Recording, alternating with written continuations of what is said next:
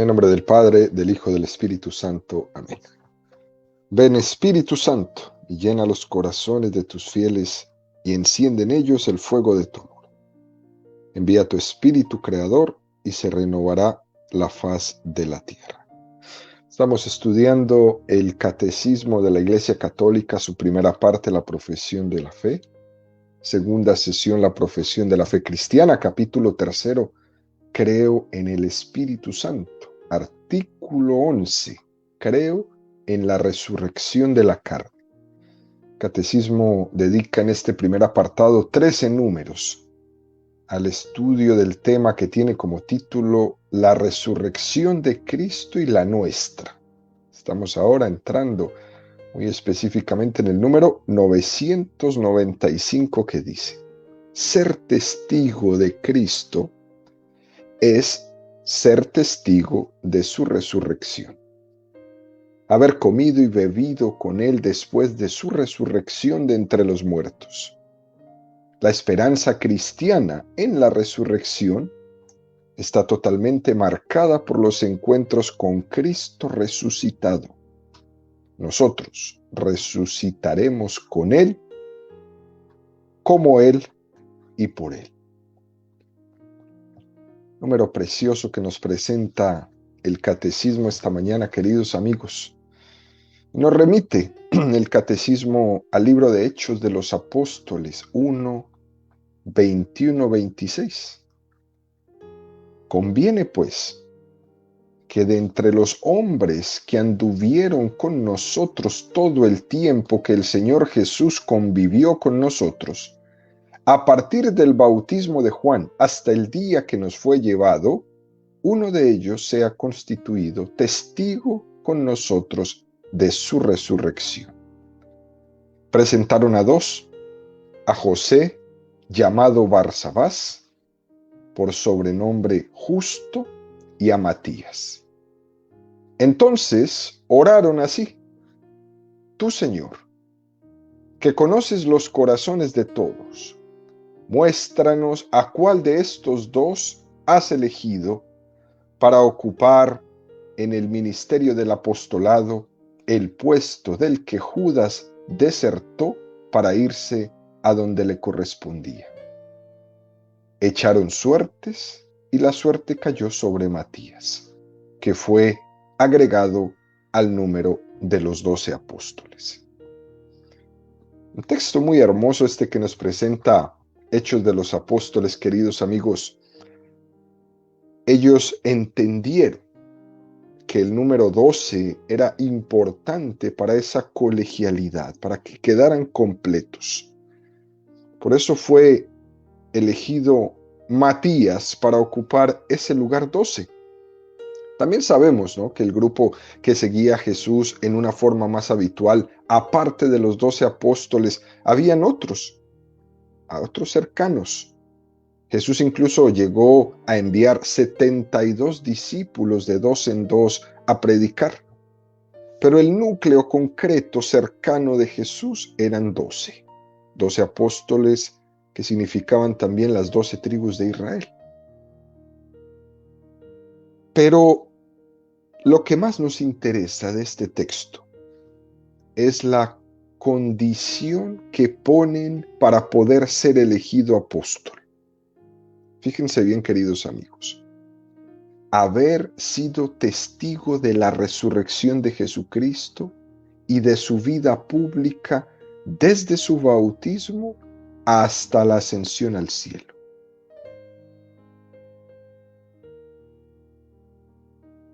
Esa era la condición. Ser testigo de la misericordia de Jesús.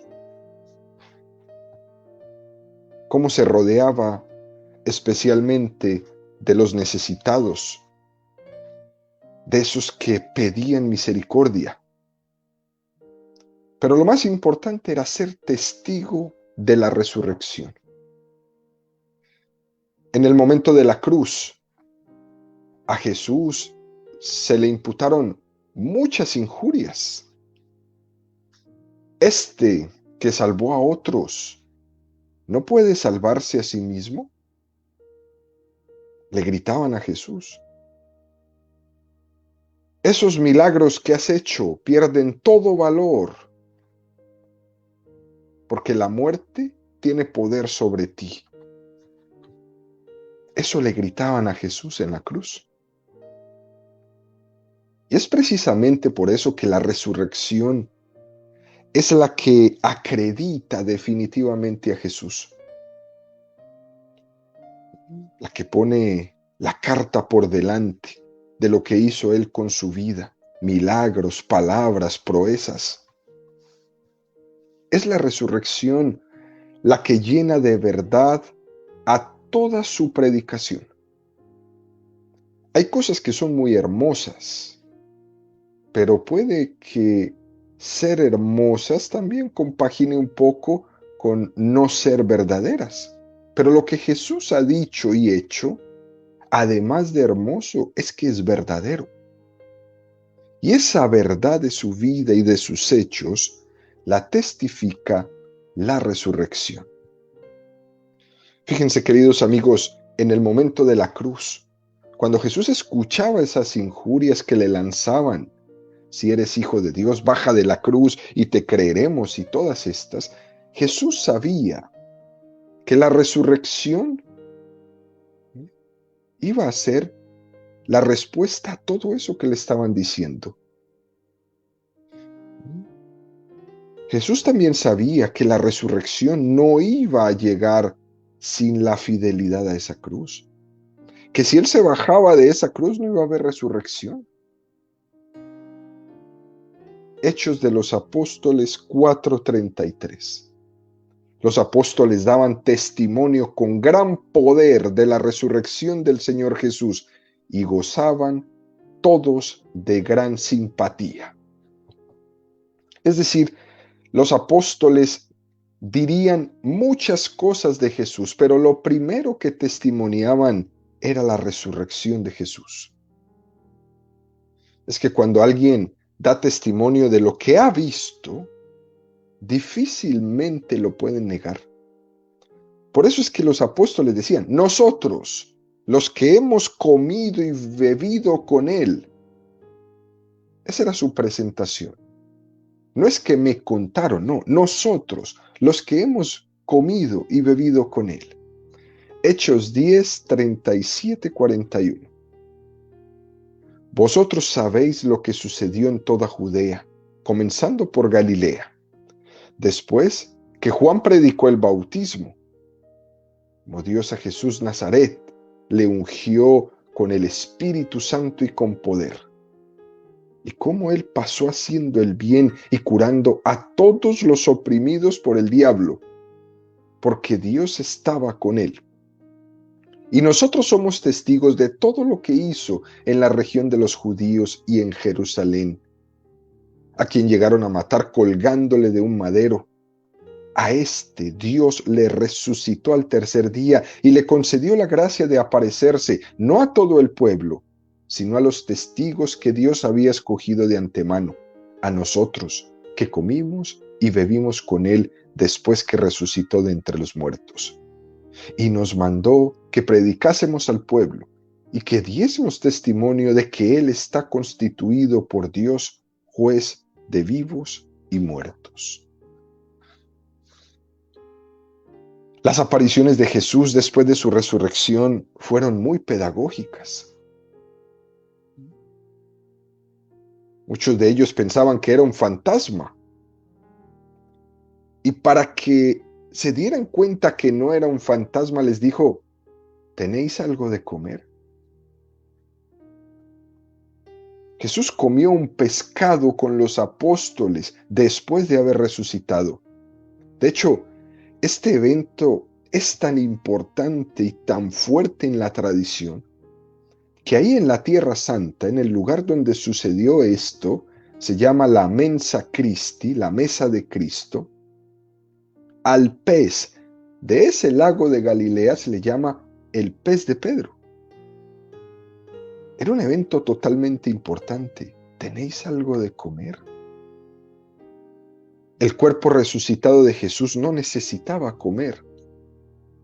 O también cuando le pide a Tomás, hey, ven aquí, mete tu dedo, en mis llagas, en mis heridas. Ese es el milagro.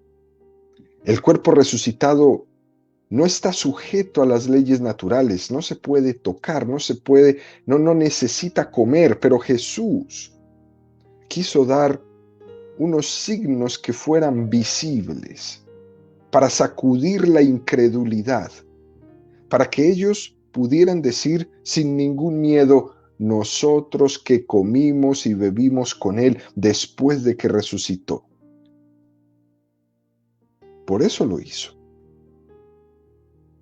Dicho esto, el Catecismo nos presenta el número 996, que dice: desde el principio la fe cristiana en la resurrección ha encontrado incomprensiones y oposiciones.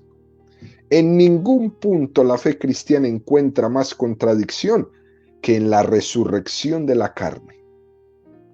Se acepta muy comúnmente que después de la muerte la vida de la persona humana continúa de una forma espiritual. Pero ¿cómo creer que este cuerpo tan manifestamente mortal pueda resucitar a la vida eterna?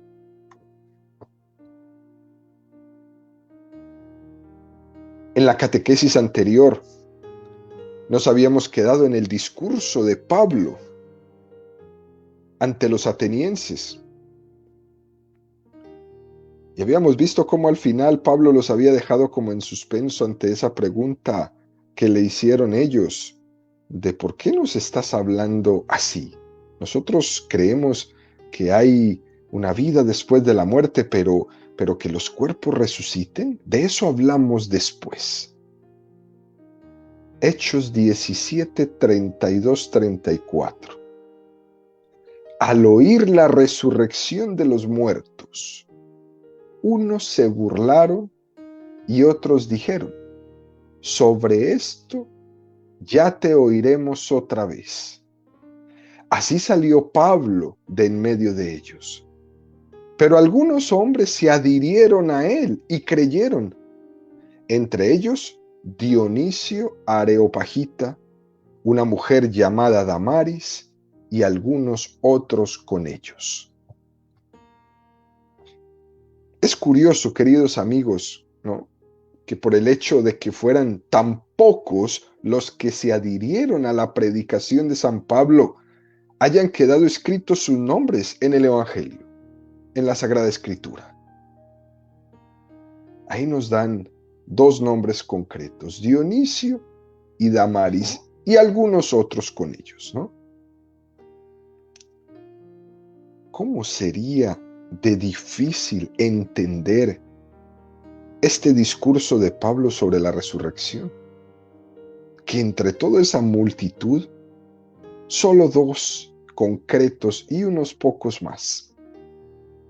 ¿Qué significa esto? Significa que tuvo un gran rechazo esta predicación de la resurrección. ¿Por qué? Porque era algo completamente contrario a la cultura griega de aquel tiempo. Es común la tentación de predicar aquello que es conforme a lo que la gente quiere escuchar. Eso es muy común. Es común predicar solo lo que les gusta escuchar, acomodarse a lo que quieren escuchar. Lastimosamente se va haciendo común dejar la verdad por fuera, dejar el mensaje por fuera. Y eso se está haciendo cada vez más fácil. Sin embargo, el Señor nos enseña a predicar, tal y como dice San Pablo, a tiempo y a destiempo, a favor de corriente y en contracorriente. Y Pablo tiene conciencia de eso, que aunque intenta predicar bien, incluso hacerse cercano a ellos, por eso es que les dice: atenienses, he visto que tenéis una estatua al Dios desconocido, pero no por ello está desvirtuando el mensaje de Jesucristo. Intenta hacerse como ellos. Intenta entrar en su mundo, en su filosofía, para cambiarla desde dentro.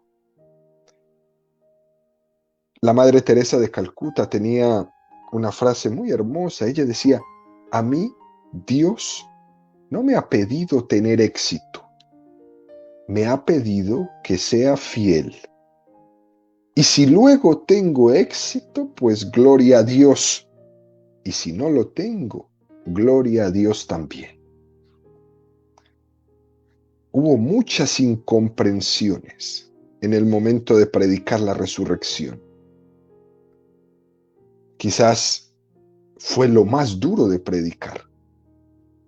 Pero Pablo no se atemorizó y predicó ante los griegos la resurrección de los muertos. Primera Corintios 15, 12, 13.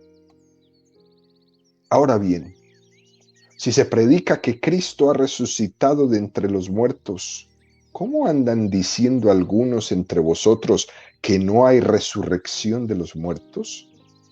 Si no hay resurrección de los muertos, tampoco Cristo resucitó.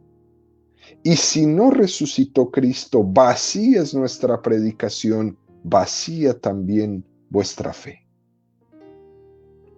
Tanto les costaba a los griegos creer en la resurrección de la carne, que Pablo nos deja testimonio en la comunidad de Corinto de esto, donde había cristianos a los que les costaba creer en la resurrección de los muertos.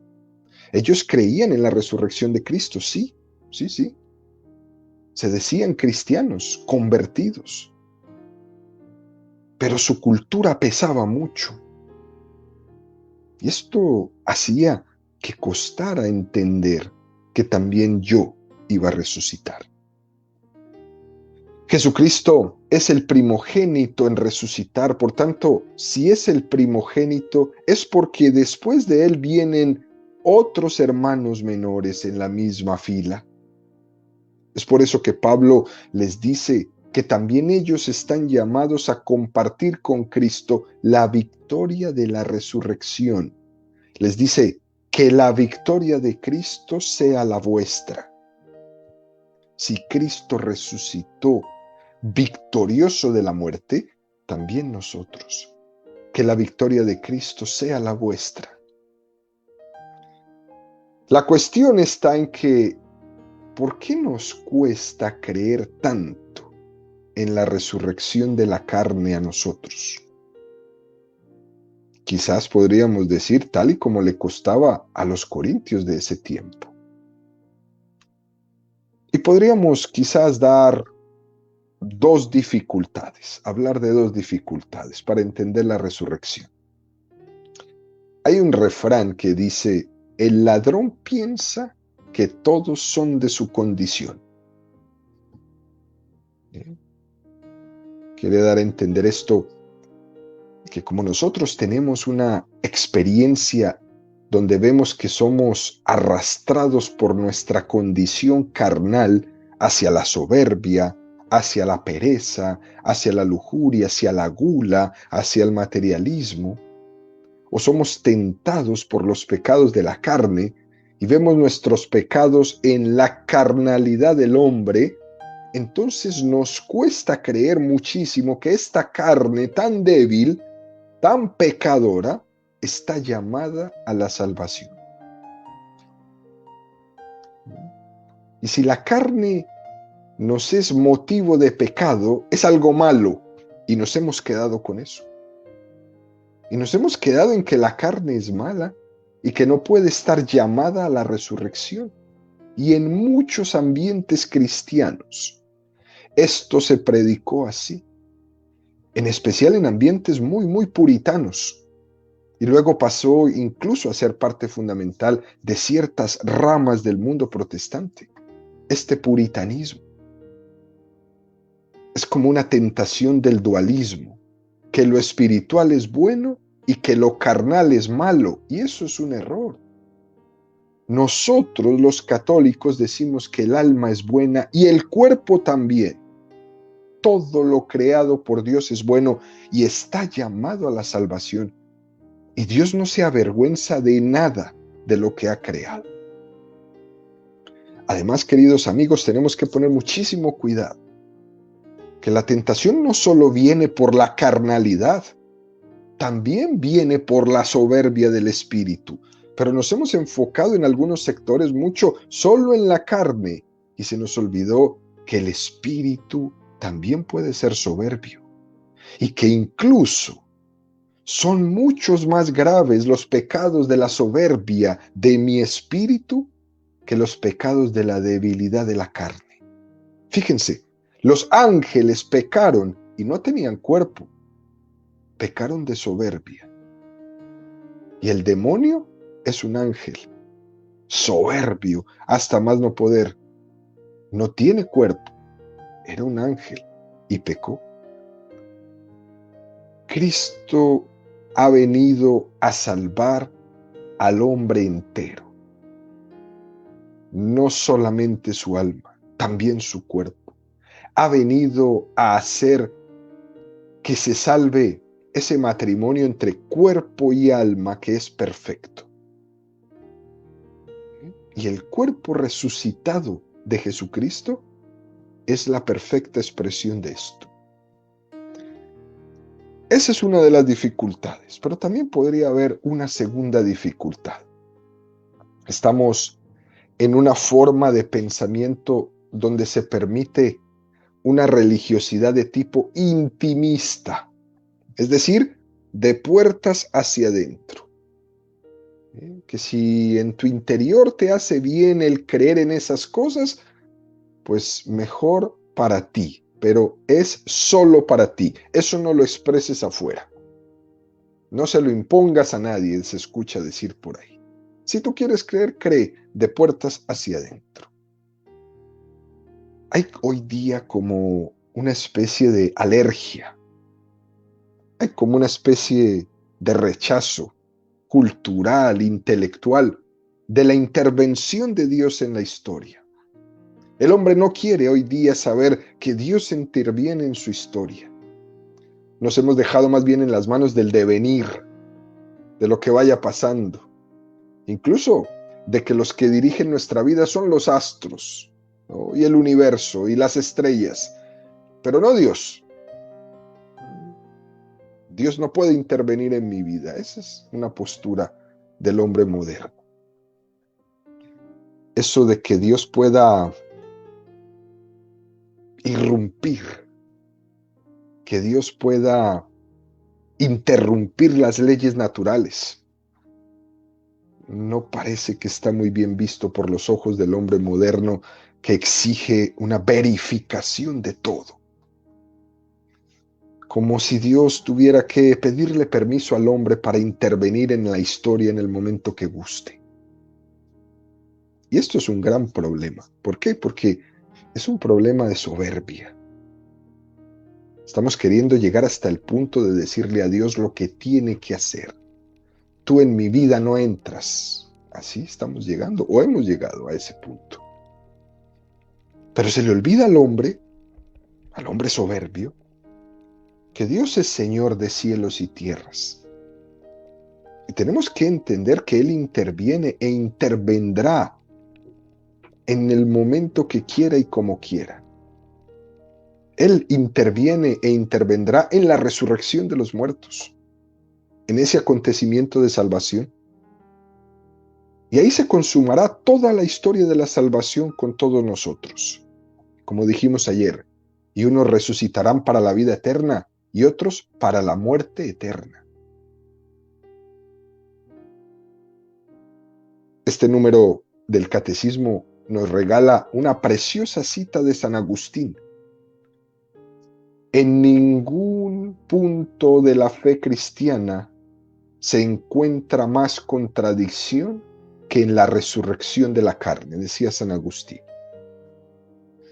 Es decir, se acepta muy comúnmente que después de la muerte, la vida de la persona humana continúa de una forma espiritual. Eso no hay mucho problema. Pero ¿cómo creer que este cuerpo mortal, pecador, débil, pueda resucitar la vida eterna? Este es el mismo argumento que mencionábamos unos minutos atrás. ¿Cómo creer que este cuerpo tan manifestamente mortal pueda resucitar a la vida eterna? Dios es el que santifica. Dios es el que transforma. Y sí puede. Dios ha creado el hombre entero, cuerpo y alma, y todo es bueno. Y todo ese cuerpo y toda esa alma están llamados igualmente a la salvación. Incluso San Agustín da un paso más. San Agustín hace un comentario precioso al Salmo 88, donde se expresa esa concepción que había en el Antiguo Testamento, donde costaba creer en la resurrección del cuerpo. Y San Agustín hace un comentario precioso. Dice el Salmo 88, Yahvé, Dios de mi salvación, ante ti estoy clamando día y noche. Llegue hasta ti mi súplica, presta oído a mi clamor, porque mi alma de males está ahita y mi vida está al borde del Sheol. Contado entre los que bajan a la fosa, soy como un hombre acabado.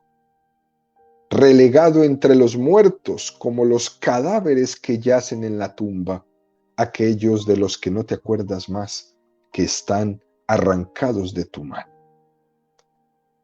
Es un salmo muy, pero muy hermoso. Es como una revelación progresiva. Yahvé, Dios de mi salvación, ante ti estoy clamando día y noche. Llegue hasta ti mi súplica. Presta oído a mi clamor. Fijémonos cómo el alma está diciendo que está llena de males, que está al borde del Sheol, al borde del lugar de los muertos, como esos que bajan a la fosa. Se considera un hombre acabado. En esta fase del Antiguo Testamento, donde todavía no le había sido revelado a Israel que también el cuerpo estaba llamado a la salvación, es importantísimo, queridos amigos, que descubramos cómo Dios en esa revelación progresiva le fue descubriendo al pueblo que su cuerpo también iba a resucitar. Fijémonos cómo se habla de la muerte con desesperanza, como los cadáveres que yacen en la tumba, aquellos de los que no te acuerdas más, que están arrancados de tu mano. Hay una desesperanza. No conocían todavía la resurrección de Jesucristo, porque si la hubieran conocido, nunca hubieran manifestado esto. Pero Dios, en su progresiva revelación, iluminó en un momento determinado a algunos, como por ejemplo al rey David, con la profecía de que el Mesías iba a resucitar. Hechos 2, 22, 35. Israelitas, escuchad estas palabras. A Jesús el Nazareno, hombre acreditado por Dios entre vosotros con milagros, prodigios y señales, que Dios hizo por su medio entre vosotros, como vosotros mismos sabéis, a este, que fue entregado según el determinado designio y previo conocimiento de Dios, vosotros lo matasteis clavándolo en la cruz por mano de los impíos. A este, pues, Dios le resucitó, librándole de los dolores del Hades, pues no era posible que quedase bajo su dominio, porque dice de él David, veía constantemente al Señor delante de mí. Estaba a mi derecha para que no vacile. Por eso se ha alegrado y se ha alborozado mi lengua, y hasta mi carne reposará en la esperanza de que no abandonarás mi alma en él, ni permitirás que tu santo experimente la corrupción. Me has hecho conocer caminos de vida, me llenarás de gozo con tu rostro. Hermanos, permitirme que os diga con toda libertad cómo el patriarca David murió y fue sepultado y su tumba permanece entre nosotros hasta el presente. Pero como él era profeta y sabía que Dios le había asegurado con juramento que se sentaría en su trono un descendiente de su sangre, vio a lo lejos y habló de la resurrección de Cristo, que ni fue abandonado en el Hades, ni su carne experimentó la corrupción.